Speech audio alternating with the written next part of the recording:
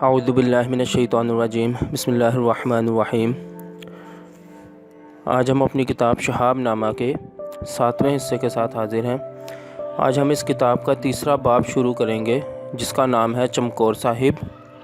آئیے شروع کرتے ہیں۔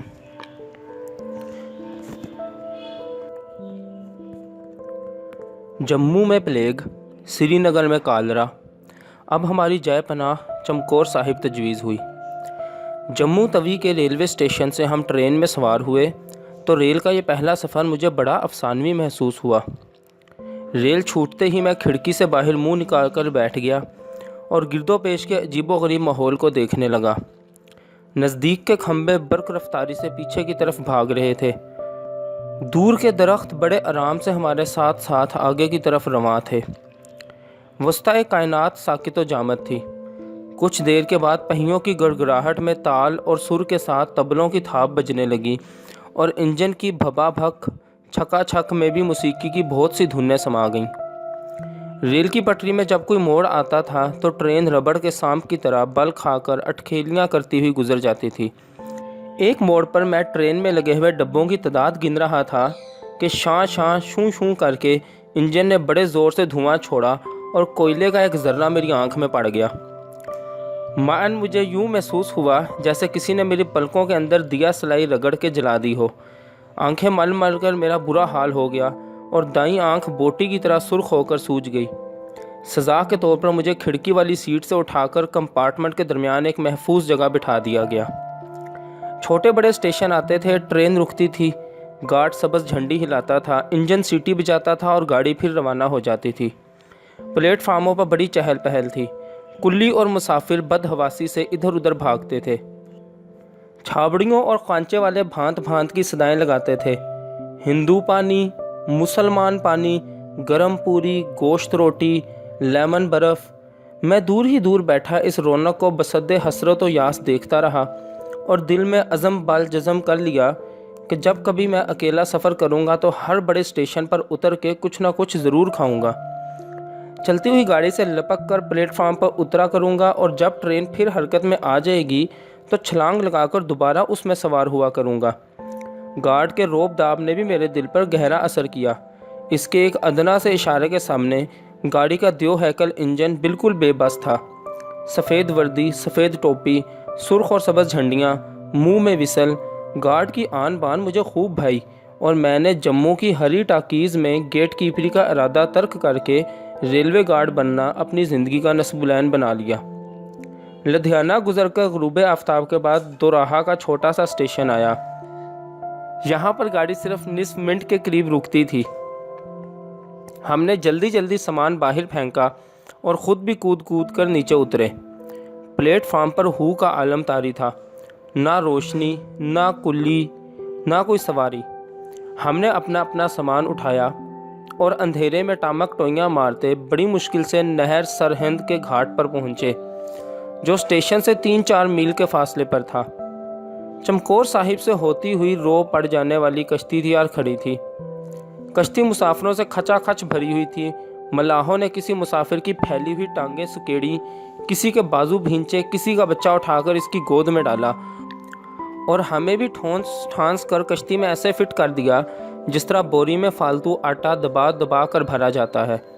آدھی رات کے قریب ملاحوں نے ہر مسافر سے 2 آنے چراغی وصول کی۔ ایک دھندلی سی لالٹین جلا کر ایک باندھ سے لٹکا دی گئی تھی اور کشتی نے لنگر اٹھا دیا۔ ہمارا سفر پانی کے بہاؤ کے خلاف تھا، اس لیے ایک موٹا سا لمبا سا رسہ لے کر اس کا ایک سرا کشتی سے باندھا ہوا تھا اور دوسرے سرے پر 2 بیل جتے ہوئے تھے۔ ایک ملاح سمدار لاٹھی کاندھے پر رکھے اور دوسرے ہاتھ میں سرکنڈے کی مشل جلائے بیلوں کو ہانکتا ہوا کنارے کنارے چل رہا تھا۔ کشتی کو کئی جگہ روک کر اس کے تلے میں بھرا ہوا پانی نکالا گیا۔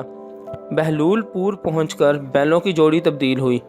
جب پو پھٹی تو صبح کی زرکار کرنوں میں نہر کے کنارے دور تک ایک طویل قطار نظر آئی، جیسے لوہے اور پیتل کی گاگروں کو الٹ کر زمین پر رکھا ہوا ہو۔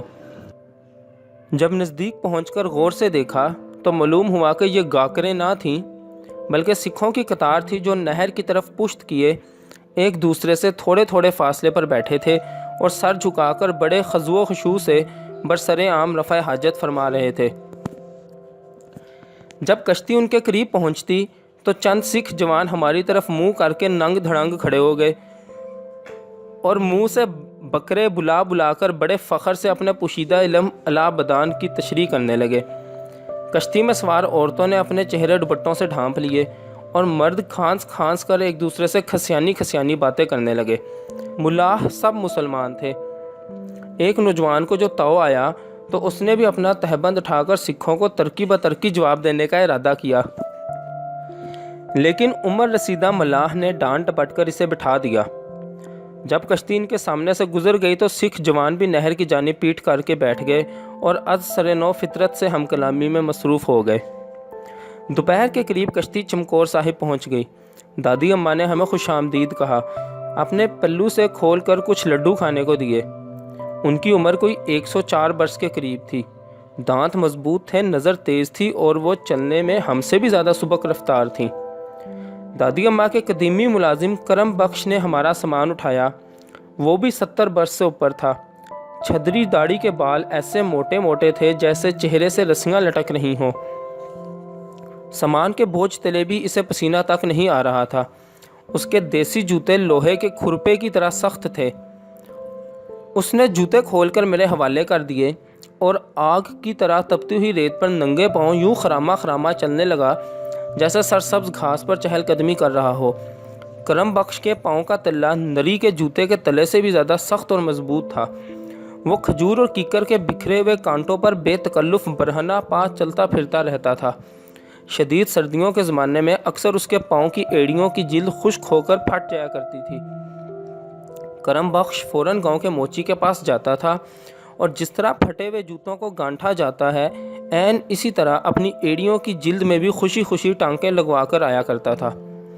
چمکور صاحب میں بہت سے گردوارے اور ایک خانقاہ تھی۔ گردواروں میں سب سے اونچا درجہ کلغی والے بادشاہ گرو کے گردوارے کا تھا۔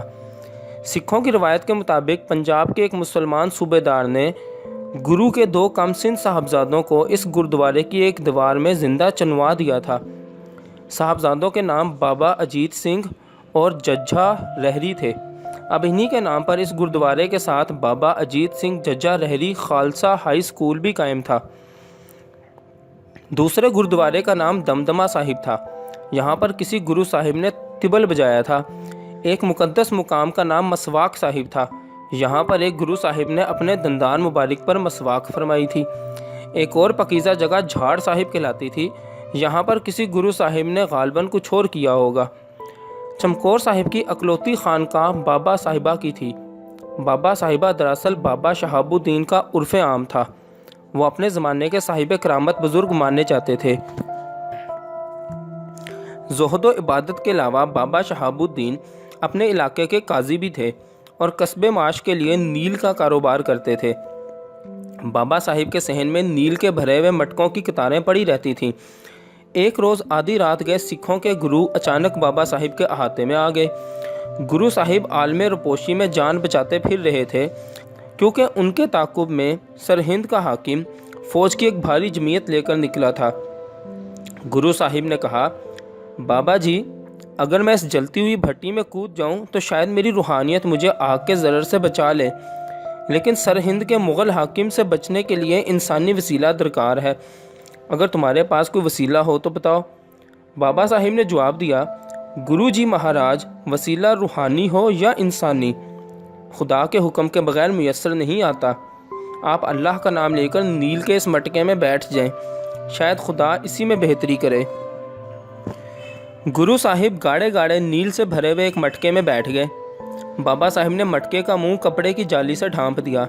سرہند کے حاکم نے اپنی فوج کی مدد سے چمکور صاحب کا کونا کونا چھان مارا، گردواروں کے گرنتھیوں اور نہنگ اکالیوں کو زمین پر لٹا لٹا کے خوب پٹوایا، بہت سے گھروں کی تلاشی لی، گنے کے کھیتوں کو کاٹ کاٹ کے رکھ دیا۔ کچھ سپاہی سلام کرنے کے بہانے بابا شہاب الدین کے ہاں بھی آئے۔ باتوں باتوں میں انہوں نے بابا صاحب کے گھر کا جائزہ بھی لیا اور مایوس ہو کر لوٹ گئے۔ راتوں رات مغل فوج اپنی مہم پر آگے بڑھ گئی۔